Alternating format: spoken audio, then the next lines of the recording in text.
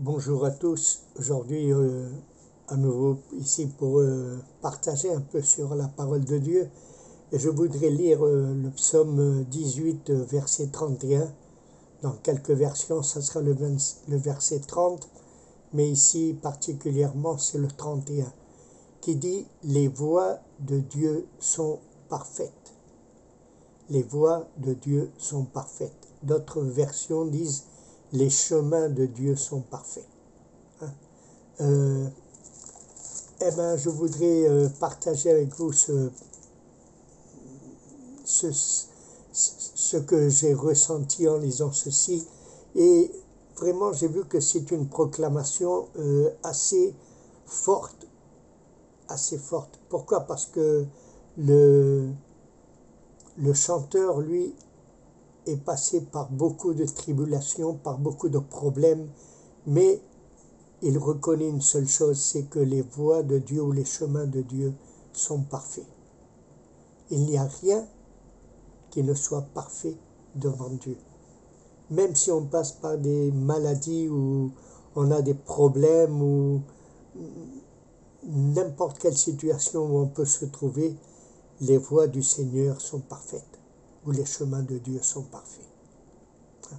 Il faut prendre exemple de ce que dit ce chanteur ou cet auteur de ce psaume et voir comment il a pu passer à travers de toutes ces tribulations et à travers de tous ces problèmes, mais il a une seule chose reconnue, c'est que quand il a appelé le secours de Dieu, Dieu est venu pour le secourir. Non pas que Dieu l'a sorti du problème, mais oui, il l'a aidé à traverser ces problèmes.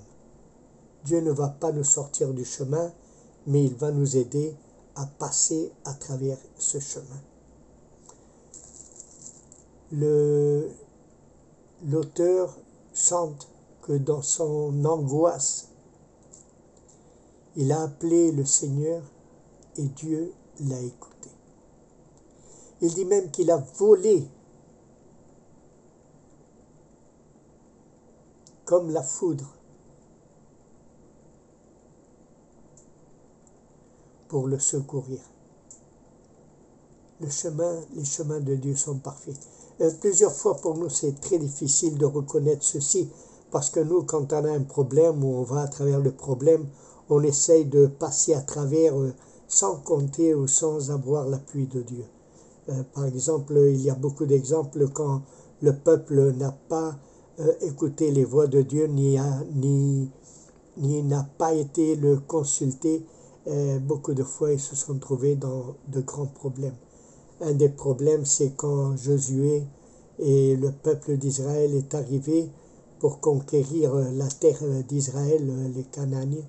Il y a un peuple qui est arrivé, il les a trompés, il leur a fait voir qu'ils venaient de très loin, etc. Eux n'ont pas consulté Dieu, sinon qu'ils ont juré qu'ils n'allaient pas les tuer, sinon qu'ils allaient faire une alliance avec eux. Qu'est-il arrivé? Ce peuple habitait à Canaan, et bien sûr, comme il habitait là-bas, il n'avait pas consulté le Seigneur, le Seigneur les a laissés là. Et ça a été comme dit Paul, hein, comme un tourment pour leur âme et pour leur vie. C'est difficile quand on passe à travers des problèmes, ne pas consulter ou ne pas appeler Dieu à notre secours ou venir à notre aide. Nous avons comme exemple les disciples quand ils sont dans la barque et il y a un grand vent, une grande tempête qui s'acharne sur eux. Et bien sûr, quand ils ont vu tout ça, ils ont demandé au secours à Dieu et à Jésus. Ils sont arrivés et Rabbi, tu ne te rends pas compte qu'on va couler, qu'on va se noyer? Et le Seigneur, lui, calme le vent, calme la tempête. Je dis, il calme les vagues, il calme la mer, il calme tout, mais il ne les sort pas de la mer. Plus facile aurait été de les prendre et de les amener sur la terre ferme, mais non. Ils étaient dans la mer et ils devaient traverser à travers la mer. Et le Seigneur calme la tempête, calme les vagues, calme le vent, calme tout, et eux, ils peuvent continuer leur voyage jusqu'à l'autre côté du lac Génézareth. Ceci veut dire que Dieu ne va pas nous sortir des problèmes, ni ne va nous amener autre part pour que le problème laisse d'exister, sinon qu'il va nous aider à passer tous les problèmes qui vont venir à notre vie. Seulement, nous devons faire quelque chose, c'est appeler le secours de Dieu. La parole de Dieu dans la prière que le Seigneur leur montre dans Notre Père, leur dit, ne nous mets pas dans la tentation. Ne nous mets pas dans la tentation. Livre-nous du mal. C'est-à-dire, le Seigneur ne va pas nous mettre en tentation, et si on tombe en tentation, il y a toujours une porte pour sortir de là.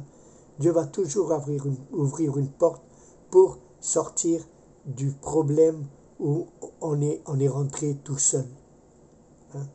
Dans les problèmes, on n'a pas besoin que quelqu'un vienne nous mettre dans des problèmes, sinon que nous seuls, on rentre dans les problèmes facilement. Très, très facilement, parce que l'être humain est ici pour cela. Non? On rentre dans les problèmes, on a des problèmes, on se met dans les problèmes, et après on accuse Dieu, on accuse tout le monde qu'on n'a pas été assez fort pour surpasser ou pour vaincre le problème ou la tentation. Mais Dieu ne va pas nous tenter plus au-delà de nos forces. Il va toujours être avec nous. Il va toujours nous donner une porte pour sortir de là où on est rentré tout seul. Le chemin de Dieu est parfait. Les chemins de Dieu sont parfaits. Je dirais le chemin, parce que réellement il n'y a qu'un chemin, c'est Jésus-Christ. Il n'y a pas 50 chemins, ni beaucoup de manières d'arriver à Dieu. Il y a une seule manière d'arriver à Dieu, et c'est à travers de Jésus-Christ. Il n'y a pas une autre. D'ici quelque temps, on va étudier le tabernacle, parce que le tabernacle, réellement, c'est quelque chose de très, très inspirant. Il va nous inspirer, il va nous faire connaître ce que Dieu lui avait montré à Moïse. Parce que Moïse a fait le tabernacle à l'image que Dieu lui avait montré. Et le tabernacle, il y a à peu près 11 chapitres, ou peut-être un peu plus, qui nous parlent du tabernacle, c'est-à-dire que c'est réellement très important de connaître et de savoir ce que signifie le tabernacle pour le peuple d'Israël et pour nous-mêmes, parce que nous aussi, on a besoin de savoir pourquoi. Et tant de chapitres à travers la Bible, tu feras ceci de cette manière, tu feras ceci de là, de l'autre, et vraiment beaucoup de fois on passe par-dessus et on ne lit pas exactement toutes les indications qu'il y a sur le tabernacle ou sur bien d'autres choses, non? Parce que beaucoup de fois quand on arrive aux généalogies, on passe un peu par-dessus en disant je ne vais pas apprendre tous ces noms par cœur, mais beaucoup de fois il y a des choses qui nous intéressent et on ne les voit pas, ni on ne les regarde même pas. Non? Ici, le Seigneur nous montre ceci aux chrétiens. Les chemins du Seigneur sont parfaits. Les voies du Seigneur sont parfaites. Et même si on pense que ceci n'est pas vrai, la vérité c'est que Dieu ne ment pas. Les chemins de Dieu sont ici et on ne doit pas douter. On ne doit pas douter. Beaucoup de fois on oublie que Dieu est avec nous, et quand on est en train de traverser par un chemin ou par une voie qui ne nous convient pas, on n'appelle pas au secours de Dieu, sinon qu'on essaye de passer à travers toute la tempête en essayant de vaincre. Il y en a beaucoup qui pensent qu'ils vont vaincre le diable, ou qu'ils vont vaincre la tentation, ou qu'ils vont vaincre par leur effort et par leur forteresse, hein, tout ce qui arrive dans leur vie. Peu à peu, on va voir que ceci n'est pas vrai. On ne peut pas vaincre sans l'aide du Seigneur. Le Seigneur, quand le peuple d'Israël, il conduit le peuple d'Israël à travers le désert et à travers les 40 ans qu'il y a, le peuple d'Israël doit bouger quand le Seigneur bouge, se mettre en marche quand le Seigneur se met en marche, arrêter quand le Seigneur s'arrête. Dieu était un nuage pendant la journée pour qu'il ne passe pas trop chaud, ne passe pas trop de chaleur, et c'était aussi une flamme, un feu dans la nuit pour se réchauffer, pour qu'il n'ait pas froid. C'est-à-dire Dieu est toujours avec son peuple. Dieu va nous conduire à travers les déserts, à travers les tempêtes, à travers les problèmes, mais il va toujours être là avec nous. Il ne va jamais nous laisser seuls. Il va toujours être là avec nous. Beaucoup de fois, il y en a qui s'en vont parce que, accablés par les problèmes, accablés par tout ce qui leur arrive dans la vie, beaucoup ne comprennent pas pourquoi tout ceci, pourquoi moi, Seigneur, pourquoi moi, et beaucoup renient de Dieu, renient du Seigneur, renient même de l'Église en disant que ça ne vaut pas la peine de continuer à marcher. Ça ne vaut pas la peine de continuer à servir Dieu parce que on a trop de problèmes. Il y en a beaucoup à cause de la vanité, à cause de l'avarice, à cause de l'idolâtrie. Les doutes, tout vient dans notre vie. On ne sait plus si tout est vrai ou si ce n'est pas vrai. On est plein de doutes.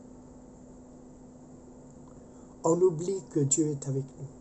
On oublie ce que Dieu a fait pour nous. On oublie que Dieu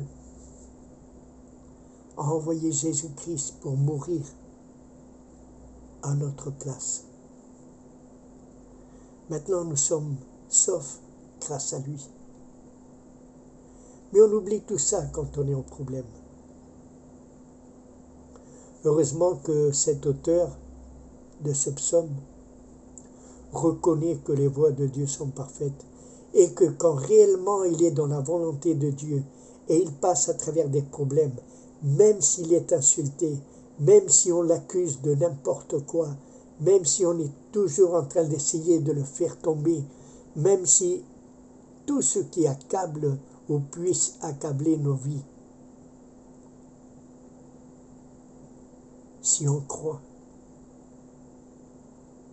et on prie et on demande au Seigneur de nous aider, le Seigneur va venir nous aider. Le Seigneur ne va pas nous laisser passer à travers tout ceci tout seul. Non, il est avec nous. La parole de Dieu nous dit qu'il va être avec nous tous les jours de notre vie. Dans Matthieu, chapitre 28, on le voit. Dieu nous dit qu'il va être toujours avec nous. Tous les jours de notre vie, jusqu'à la fin du monde. Il ne va pas nous laisser seuls, il ne va pas nous laisser mourir, il ne va pas nous laisser qu'il nous arrive quoi que ce soit, à moins que ce soit dans sa volonté. Les apôtres servaient le Seigneur, les apôtres ont fait des miracles, les apôtres ils ont reçu le baptême du Saint-Esprit, parlaient d'autres langues, ils faisaient beaucoup de choses, mais ils sont passés aussi à travers des maladies, ils sont passés aussi à travers des problèmes. Sinon, on peut lire la vie de Paul, quand il est passé à travers les problèmes, comme même on l'a cru mort et on l'a laissé tomber. Lui, un des plus grands apôtres, il est passé partout. Il a même été en prison. Il est parti à Rome pour essayer de témoigner de ce que Dieu a fait avec lui. quand le même peuple d'Israël voulait le lapider, il voulait le tuer, il s'était même juré entre eux de le donner à mort, de lui donner la mort. Mais quand Dieu est avec lui, et quand Dieu est avec nous, on va passer à travers tout ceci. Dieu lui avait dit, il est nécessaire que tu ailles à Rome. Et voilà, lui, il a été à Rome. En procès, naturellement. Parce que les Juifs voulaient le tuer, son propre peuple voulait le tuer, voulait lui donner la mort. Lui, un des plus grands apôtres qui est passé à travers tous ces problèmes et toutes ces lapidations et tous ces mensonges contre lui, lui qui a fait des miracles, qui a parlé la parole du Seigneur, qui a fait connaître la parole du Seigneur à travers toute l'Asie, à travers partout où il est passé. Mais quand il est arrivé à l'heure de la mort et à l'heure des maladies, il est passé à travers tout ceci. Et si c'est la volonté de Dieu qu'on parte avec lui avant que lui il revienne, on partira avec lui. Mais pour sûr qu'il va être avec nous dans tout ce long voyage. Il ne va pas nous laisser seuls. Les voies du Seigneur sont parfaites, les chemins de Dieu sont parfaits. On va avoir beaucoup de preuves, d'épreuves, nous allons avoir beaucoup de luttes et beaucoup reviennent au monde. S'il y avait un des problèmes dans le peuple d'Israël, c'est que chaque fois, il disait, tu aurais dû nous laisser en Égypte. S'il y a quelques problèmes dans les chrétiens, c'est que plusieurs fois, beaucoup disent, on était mieux dans le monde qu'avec Dieu. Dans le monde, on n'avait pas de problème, dans le monde, on avait besoin de rien, tout était bien, tout était ceci, tout était cela. Mais bien sûr, c'est qu'on avait les yeux fermés, on était aveugle. Dès que Dieu nous a ouvert les yeux, on a vu tout ce qui est arrivé dans ce monde, tout ce qui arrive dans ce monde, tous les problèmes qu'a le monde, la manière de marcher du monde. Nous voyons que le rire du monde est un rire faux. Nous voyons que les blagues qu'ils racontent, s'il n'y a pas de gros mots, on ne rit pas. Plus de mal il y a, plus le monde est content. Mais nous, comme les enfants de Dieu, on voit tout ce qui est en train d'arriver dans ce monde et où ce monde va. Quand on parle de la porte étroite, de la porte, la grande porte, la porte étroite, c'est la meilleure des portes. Pourquoi? Parce que une fois qu'on rentre dans cette porte, par ce chemin étroit, on voit une chose très grande, c'est que tout s'ouvre à nos yeux. Comme dit le psaume,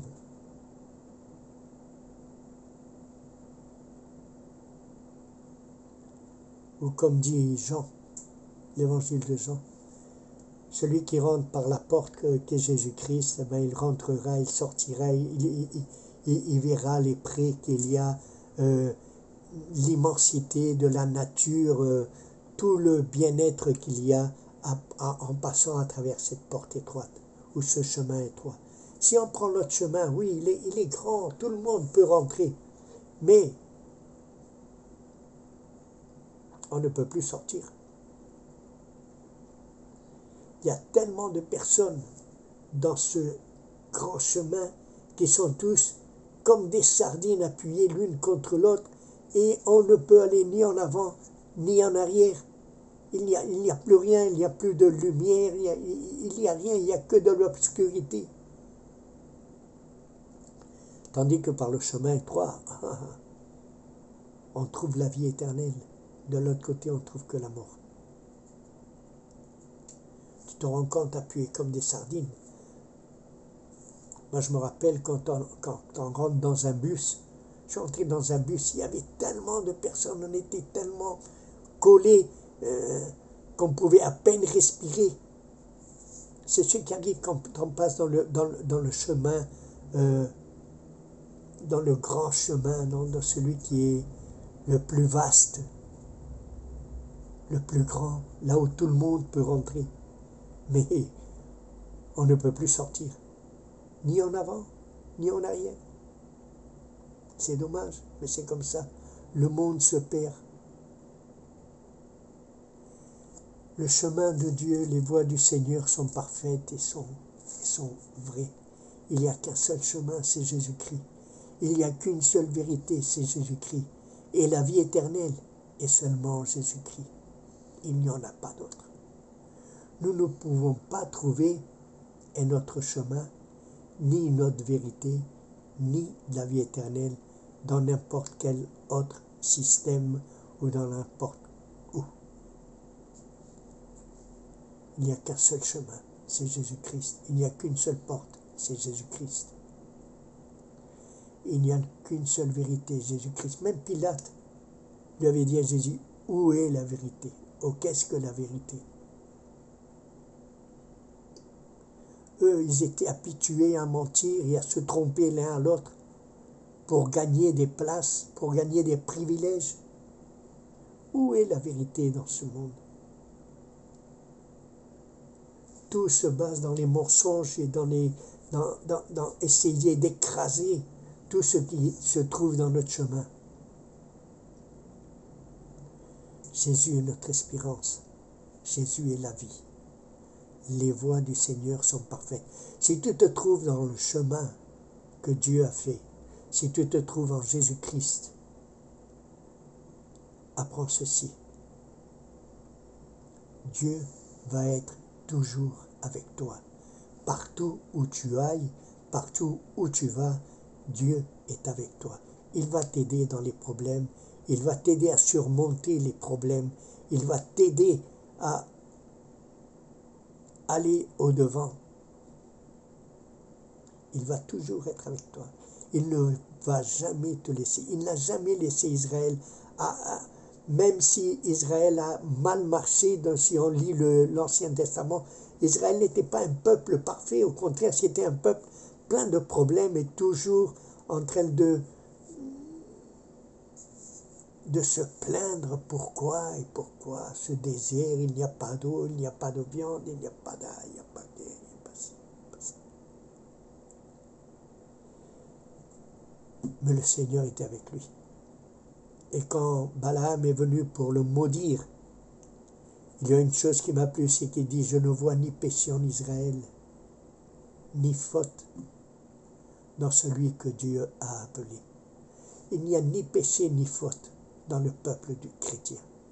Beaucoup de fois, on peut partir parce que l'Église ou les frères nous ont un peu fait du mal. Mais je te demande, Dieu t'a fait quelque chose de mal à toi. L'Église n'est pas parfaite. Les chrétiens, on n'est pas parfaits. Dieu seul est parfait. C'est ce que dit Jésus à l'homme riche. Ne m'appelle pas bon. Je ne suis pas bon. Il n'y a qu'une seule personne qui est bonne et c'est Dieu. Moi non.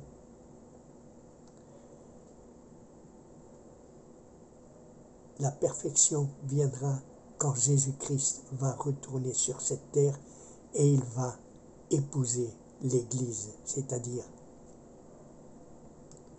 la fiancée du Seigneur. Et nous allons être invités à ces noces, la Nouvelle Jérusalem. S'il y a des problèmes, prie.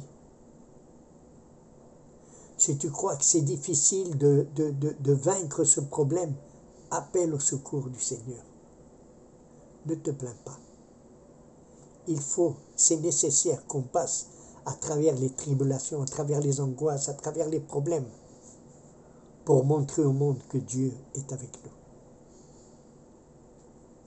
Je vous laisse jusqu'à la semaine prochaine. Shalom, Maranatha, et que le Seigneur vous bénisse.